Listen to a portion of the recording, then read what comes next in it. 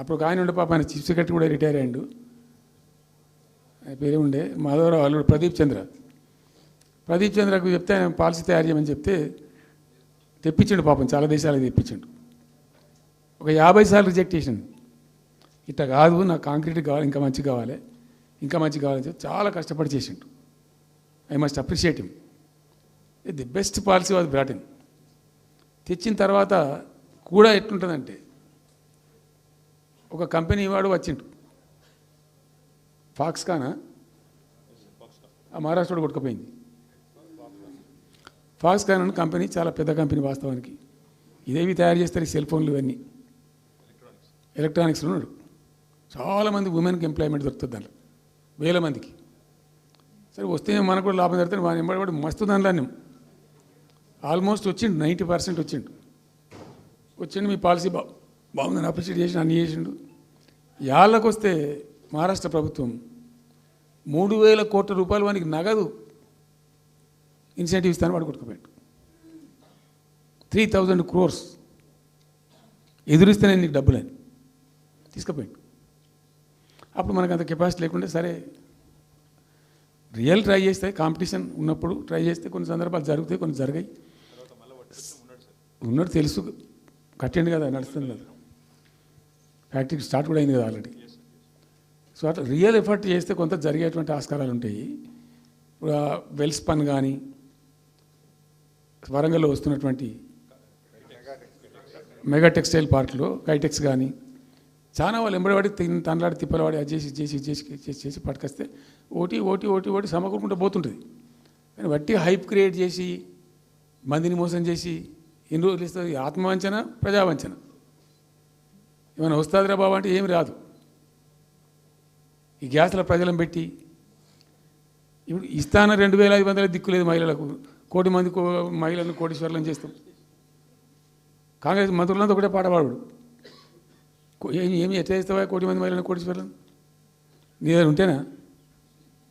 ఉన్న రెవెన్యూ పీకింది రాష్ట్రాన్ని, లోపలికి అయిపోయింది.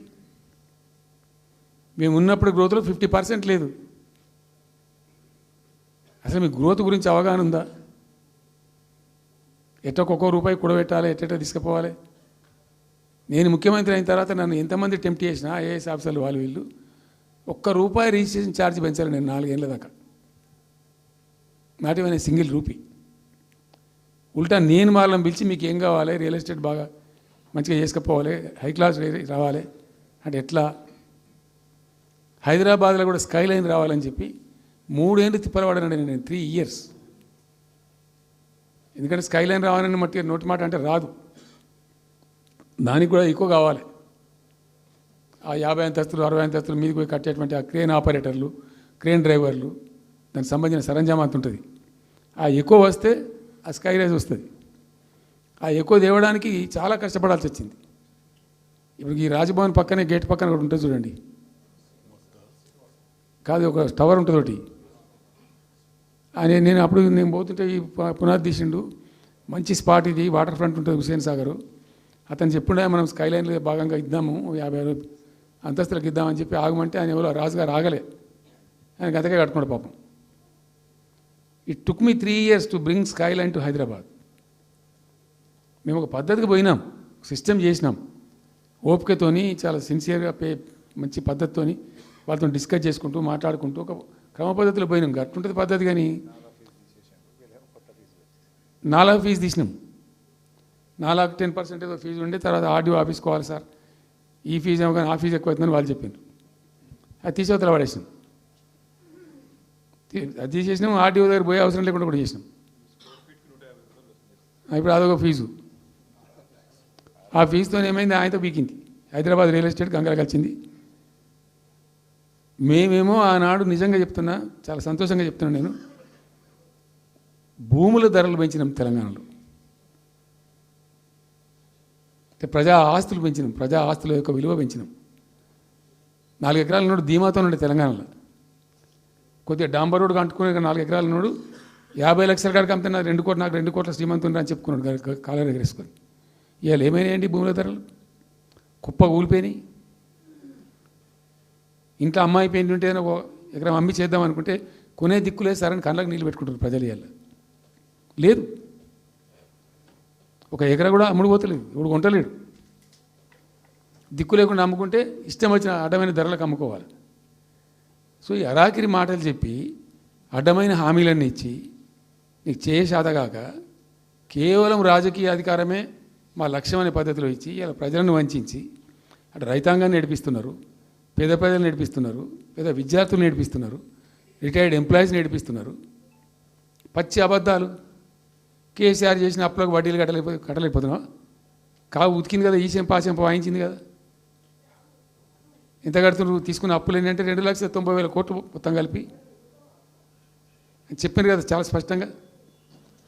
సో ఇట్లా ఇవన్నీ వాస్తవాలు ఒక పక్కకుంటే అన్ని అబద్ధాలు చెప్పుకుంటూ ఇష్టం వచ్చినట్టు మాట్లాడుకుంటూ ఇక నన్ను తిట్టడానికైతే వాళ్ళ నోరు మొక్కాలిగా.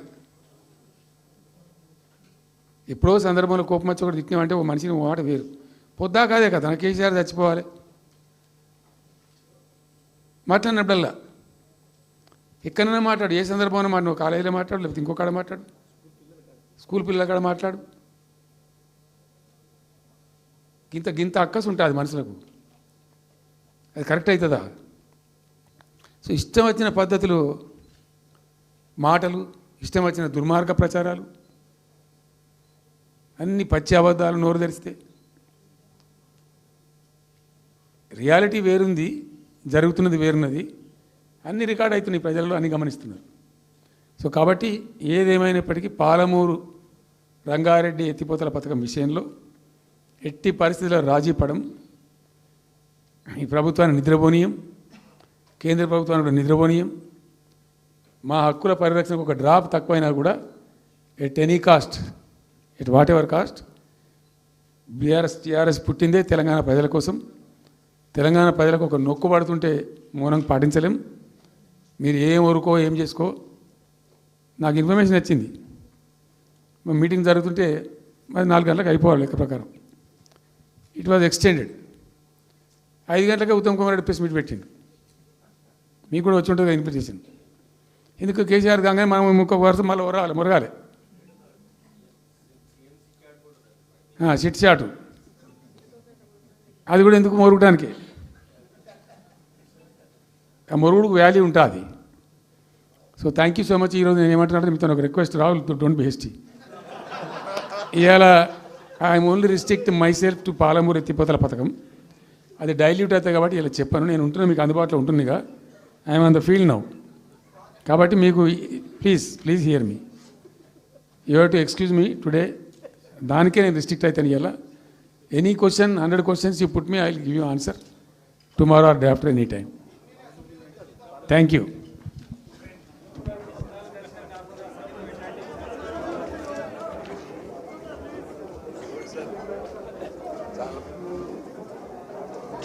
Wow.